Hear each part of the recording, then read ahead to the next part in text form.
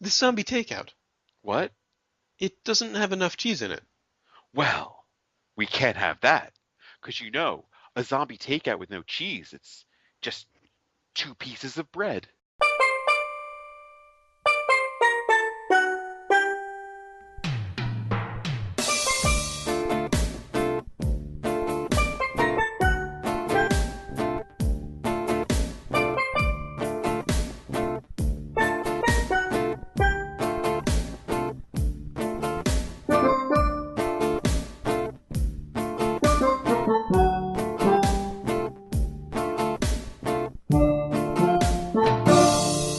What's up? Welcome to episode 225 of Zombie Takeout, Zombie takeout. the B-movie and cult movie podcast. I'm Uncle John. And I'm Scotto. And before we get to this week's movie, we've got some listeners submitted. This is from Jen Miller in reference to our Pan's Labyrinth review. She said, I just listened to this, and it's funny because right now I'm reading the Percy Jackson series to my daughters, and one part of it is that they search for Pan, the Greek god of the wild, a satyr or faun. I actually think, just like when you're dealing with any god, the realness of the experience is something that can never be defined for sure one way or the other, and many times there are miracles, like her escaping the locked room near the end, which may be able to be explained away, maybe not. Ophelia, the imperfect child, i.e. human, was led by a god, Pan, or the Faun, more accurately in the movie, through this terrible experience, what some might consider civilization, but was the true wild. The fantastical part of her journey was the sugar-coated version of her reality. Whether it was real or not, it was her mind, her God's way of leading her to a way out, for both her and her baby brother, of the hell on earth she found herself in. I also loved this movie when I saw it in theaters, haven't seen it since, but will have to see it again sometime. And I responded, this was on Facebook, I responded to saying that that's the great thing about the movie, or one of the great things, is that you really could go either way on it.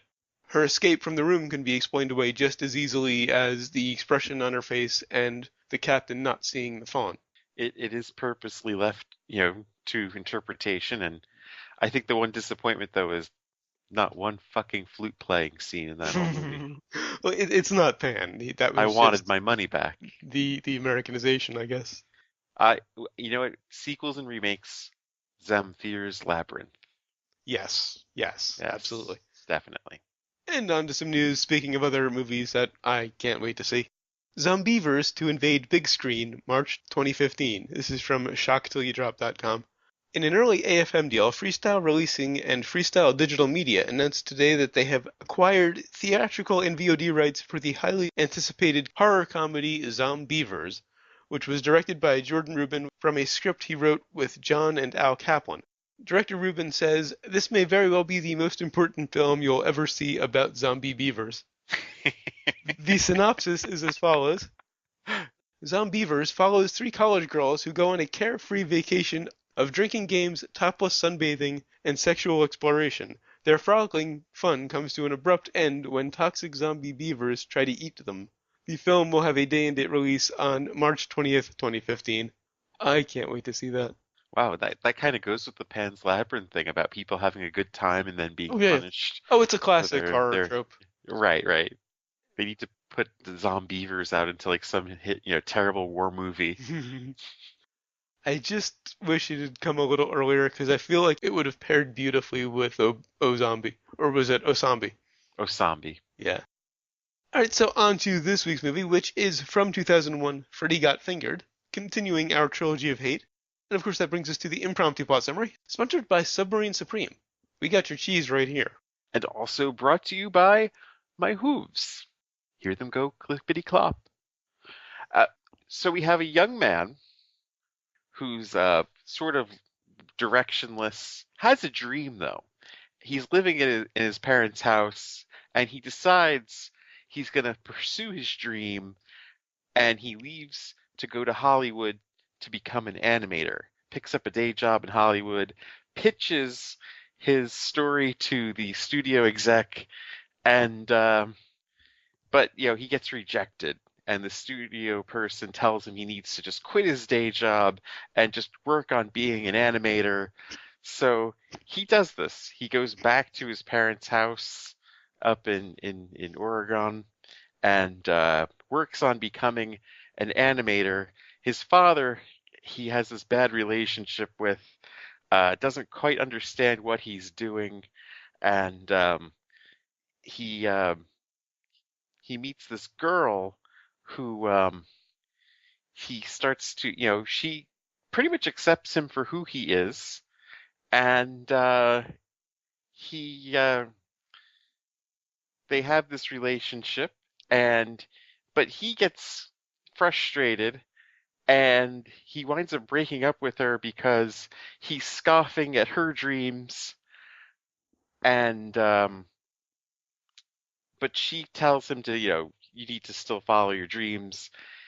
She winds up going for her dream and achieving it, and when he sees that she has, he gets inspired to go and follow his dream again, and it just all falls together where he does get his dream come true.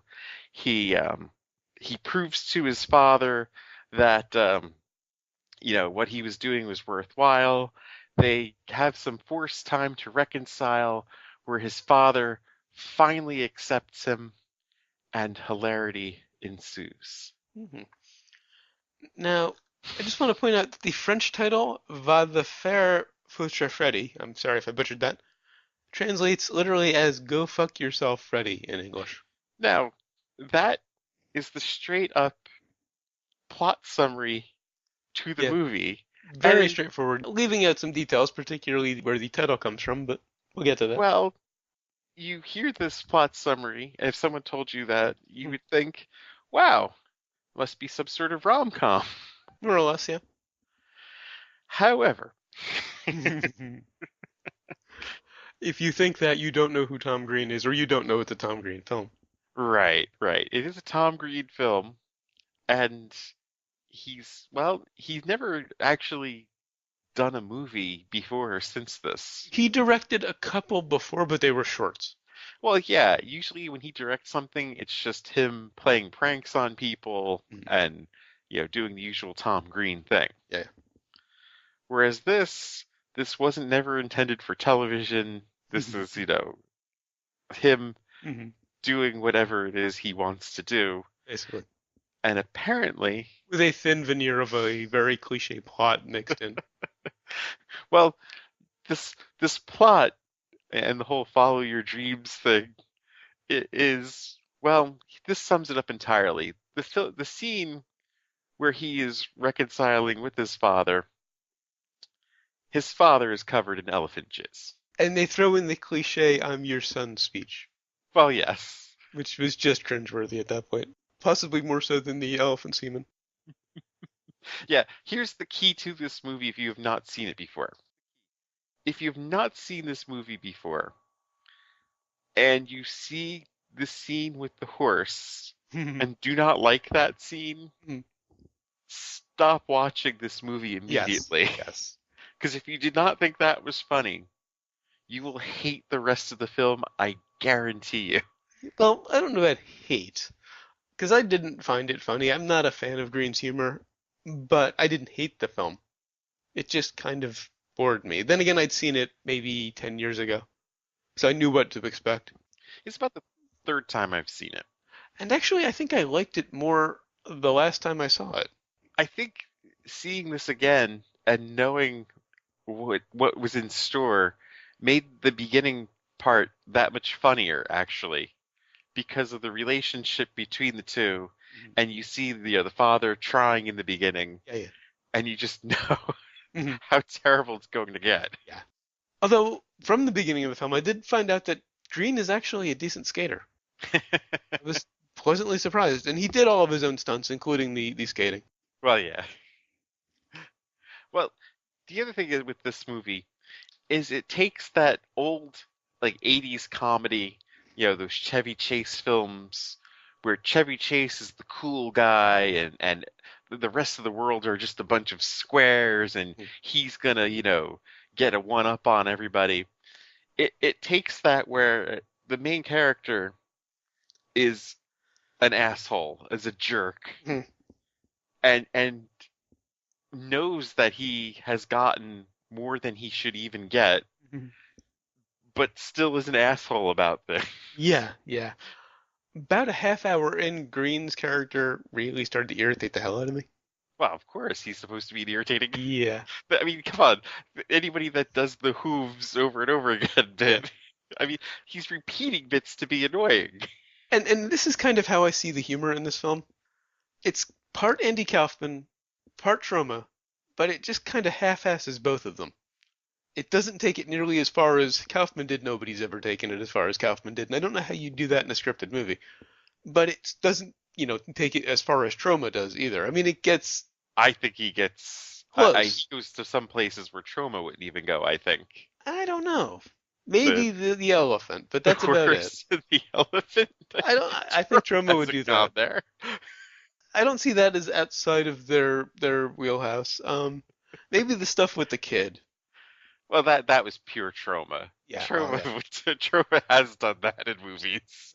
It's funny. Let's be honest. I like it when Troma does it. It seemed kind of a weak version in this movie. Or the scene that really clicked it for me because I'd seen this, once or twice before.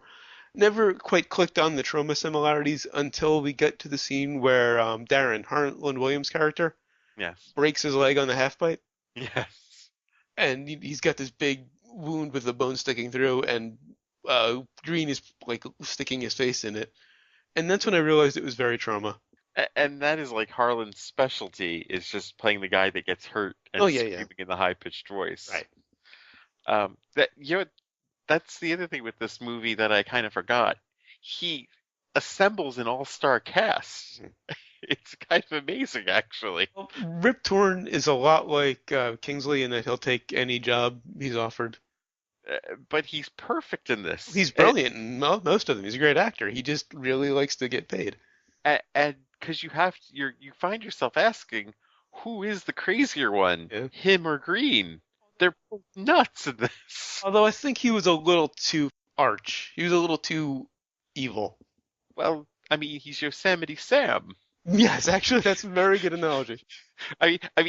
This is Bugs Bunny and Yosemite Sam, and then you Yeah. kind of, but you're wondering halfway through, who is the bigger asshole, Mhm. and who has created who? Did Tom Green drive him nuts, Right. or was he too overbearing on Tom Green to drive him nuts? Good point. Good point. And then in the middle, you have the Larry Fine, Julie Haggerty, Right. who's, I mean, the greatest Larry Fine you're ever going to see since Larry Fine himself. Yeah, very much so. That's kind of always been her shtick. And then he even throws another Larry Fine, and I never get this guy's name right. I just remember him as Shitbreak from American Yeah. Pie. Um, oh, I don't have it open. Nor But do you know, I. Freddy. Yeah. Yeah. And speaking of the part that you missed in the plot summary or left out, the accusation. Yeah, who else has gone here? And they just didn't make a child molestation joke. Mm. They named the movie after the child molestation joke. True. It Only was thing the is, centerpiece. he's not a child. He's 25. Well, When the yes, accusation is made. but I mean, they sent him to the home for Yeah. molested children. That's so Troma. That is so Troma. Has Troma done it? Oh, I'm sure they have. I can't name a source, but it does reek of Troma. It does, but they have not gone there. Nobody's gone there. The thing is, the accusation kind of made Torn's character sympathetic to me when he Of starts course. ripping up the drawings and going off on him and almost attacking him. I mean, he went over the line at one point, unfortunately, but I sympathized with him, and it kind of changed how I felt about the characters because I was kind of on Green's side for most of it, and then that happened, and I guess that's all by design. Right, you can't be on Green's side entirely in this because you see how much of an asshole he is. I think that the point of the introduction is just showing how much of an asshole he is by being the guy that skates through the mall for no reason. Sid didn't seem like an asshole to me. He just seemed like a kid, pretty much. Yes, but he's like, what, 28? Yeah. Well, that's what he says several times. 28, yeah. Yes. Oh, we forgot one other cast member that was had two good scenes. Anthony Michael Hall. Oh, yes, yes. As the animation executive who he's trying to sell his cartoon to. And I realized at some point during this movie I really shouldn't question the logic at all. because the second time he sees Davidson, uh, Anthony Michael Hall's character, he remembers his name. Davidson remembers Green's character's name, Right. which I'm blanking on his character right now. Gord, that's it, Or- Gordon. He remembers his name. He met the guy briefly, was practically accosted by him weeks ago, weeks previous to this, and he remembers his first name. I think with this, there's a similarity to last week's movie, and I think the more I thought about last week's movie later on in the week, the more I realized we had gotten taken, both of us, Okay. because we were looking for developed skits Uh-huh. when they clearly spelled it out to us last week in several points that they were looking to create the worst movie ever made. Oh, well, okay, yeah, fair enough, fair enough. Like they spelled it out. I mean, Yeah, yeah. in both the US version and the in the UK version, they were talking about creating the worst movie ever made. And then the skeleton, either the pitch or the kids looking for the worst film ever made. They're both Right. saying, this is the worst film. They even reference Howard the Duck, which is so funny that we're doing that in the end of this trilogy. Yeah. But here, Green, of course, is doing the same thing. Well, not to make the worst movie ever made. He's looking to annoy people. Yeah, yeah. And in a sense, as some of the sight gags imply, that he's making something shitty in itself. Mm-hmm.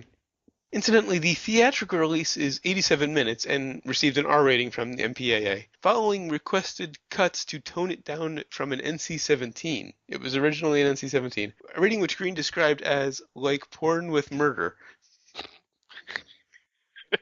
As an extra on the DVD, Green also included a version which he had edited to secure a PG rating.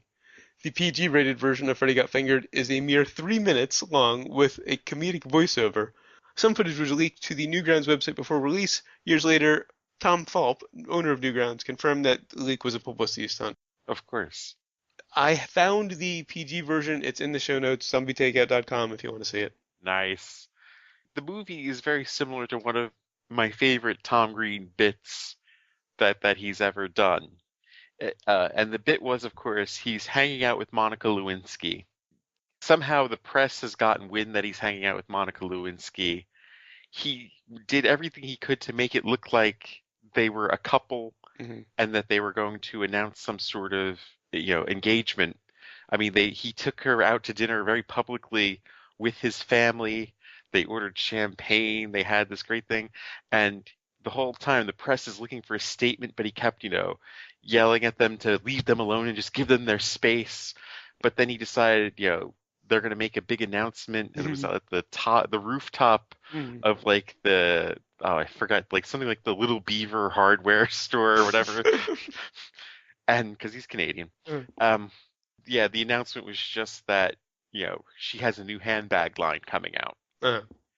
And the funny part of the bit, of course, is that the news media, who for some reason were taking cues from this buffoon, this guy who prides himself on buffoonery, were mad that he had played a joke on them.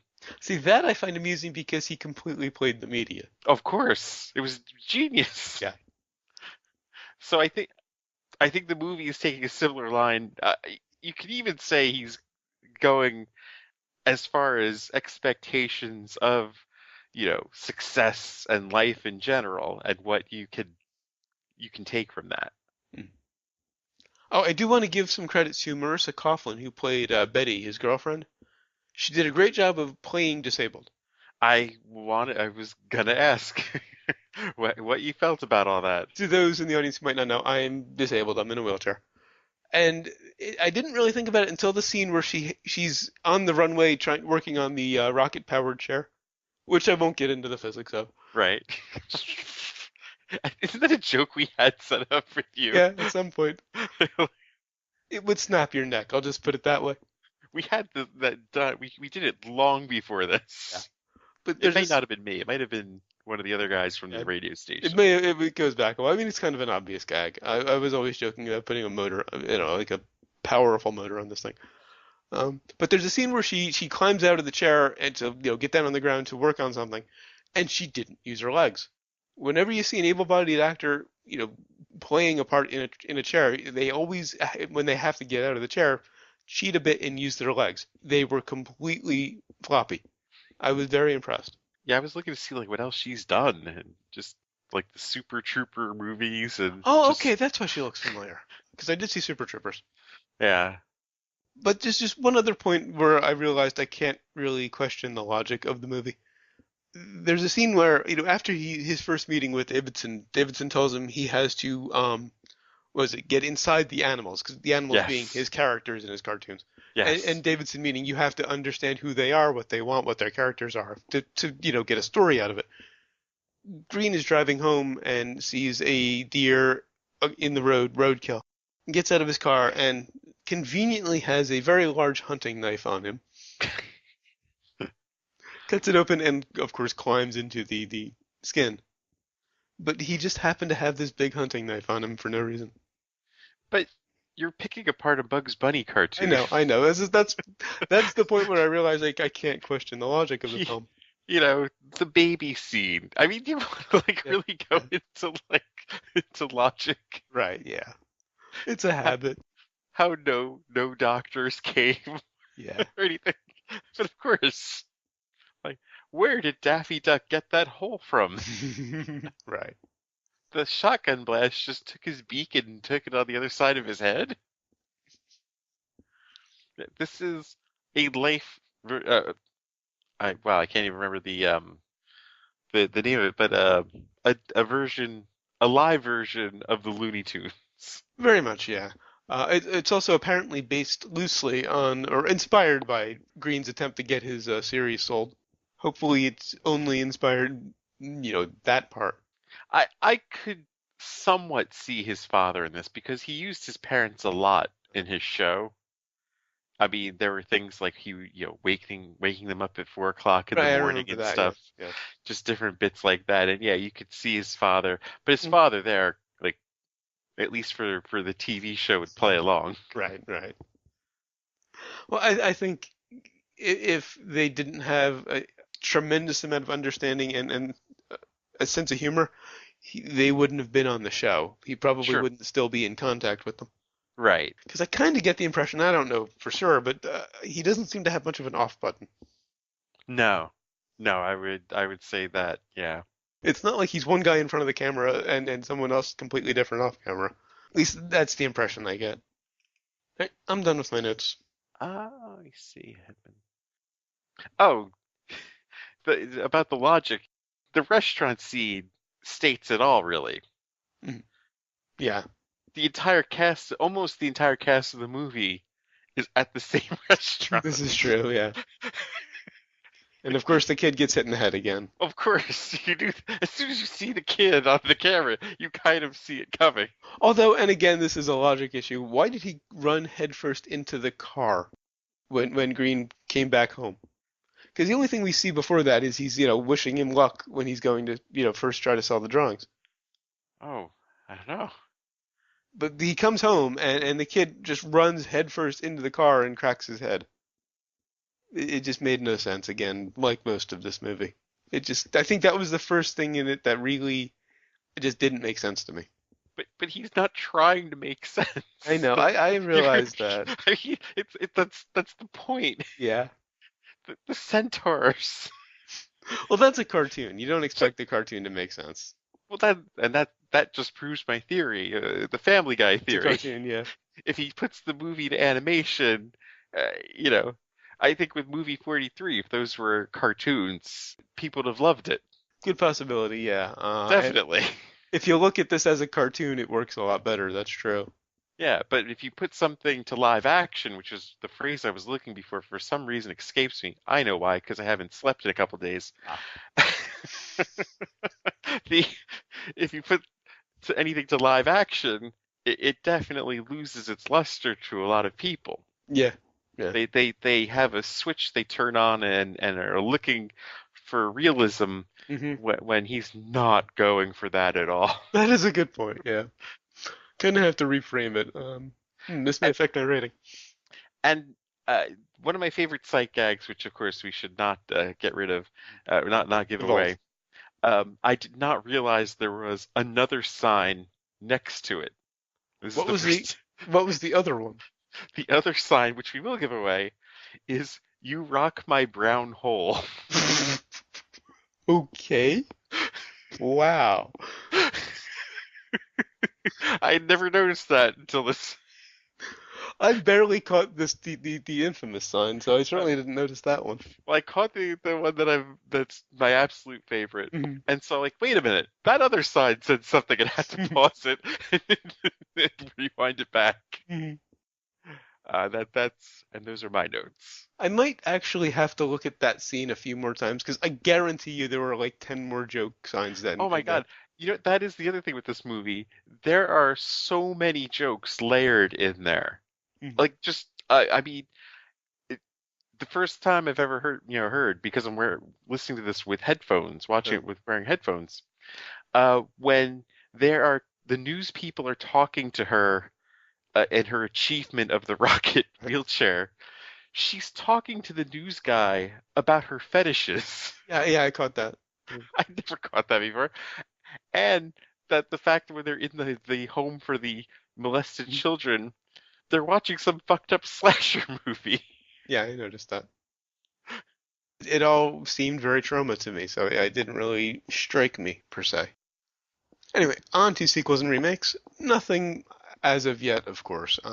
Green has announced, and this isn't exactly a sequel or a remake, but he wants to do a director's cut. Unfortunately, it hasn't quite happened yet. He's asked people to contact New Regency and 20th Century Fox to tell them that they want it to happen.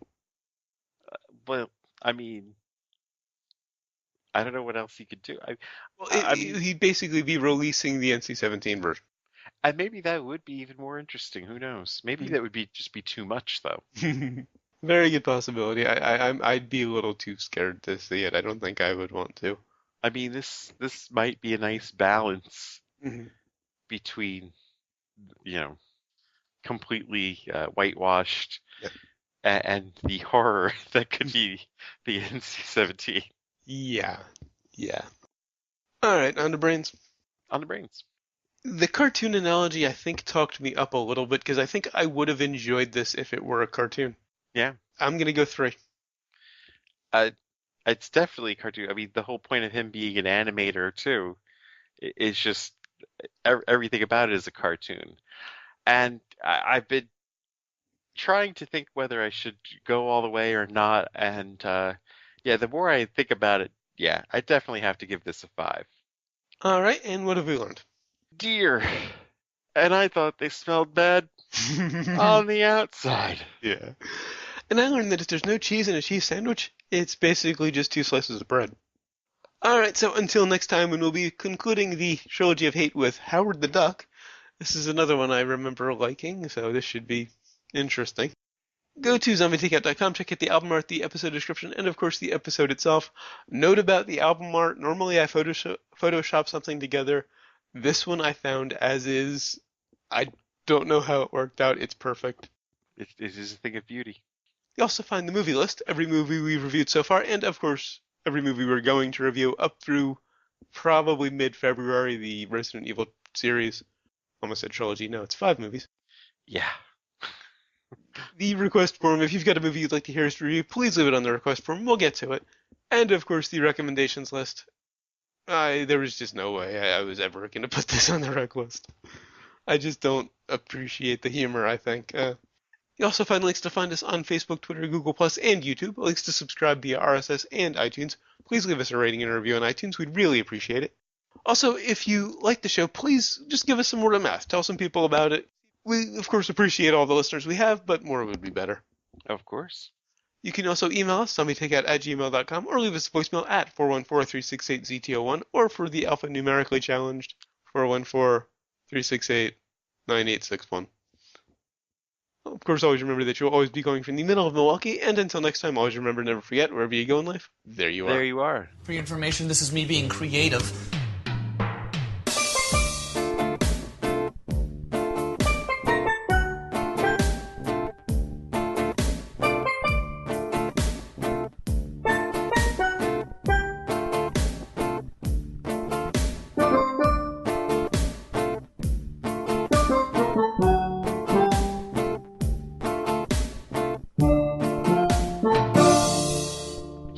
key to this movie if you have not seen it before. If you know, hold on, I'm hearing like a lot of noise. From my end? I think so. Did it stop? Yeah. Okay, I was moving the wire was hitting the headphones. Do you think Anything? that carried through? No, if it did, I can cut it. I can mute us individually. So Okay. any sound I make while you're talking, I can mute. Okay. Okay, now, here's the key.